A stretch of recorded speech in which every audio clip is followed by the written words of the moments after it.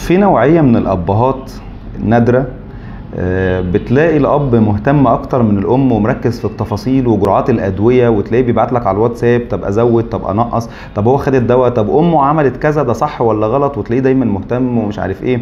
ليه بقول النوعية دي نادرة؟ لأن العادي إن الأم هي اللي بتبقى مركزة في كل التفاصيل دي، والأب يعني لو جه مع الأم وهي بتكشف كتر خيره لأن هو جاي من الشغل وتعبان. أنا مش بقول بقية الأبهات وحشة، طبيعي إن الأم مهتمية أكتر بالأولاد لأن الأب عادة مسحول في الشغل وطالع عينه، وتلاقيه جاي من الشغل على العيادة على مش عارف يروح يجيب إيه ومشاوير، فالعادي ان الاب بيبقى مش فاضي. فانك تلاقي اب هو اللي مهتم، هو اللي مركز في الادويه وفي الجرعات والتفاصيل ويسال ويبعت ومش عارف ايه، وتلاقيه مهتم جدا وعمال يسالني بجد يعني النوعيه دي بجد ربنا يبارك فيهم طبعا ويبارك في كل الابهات وكل الامهات.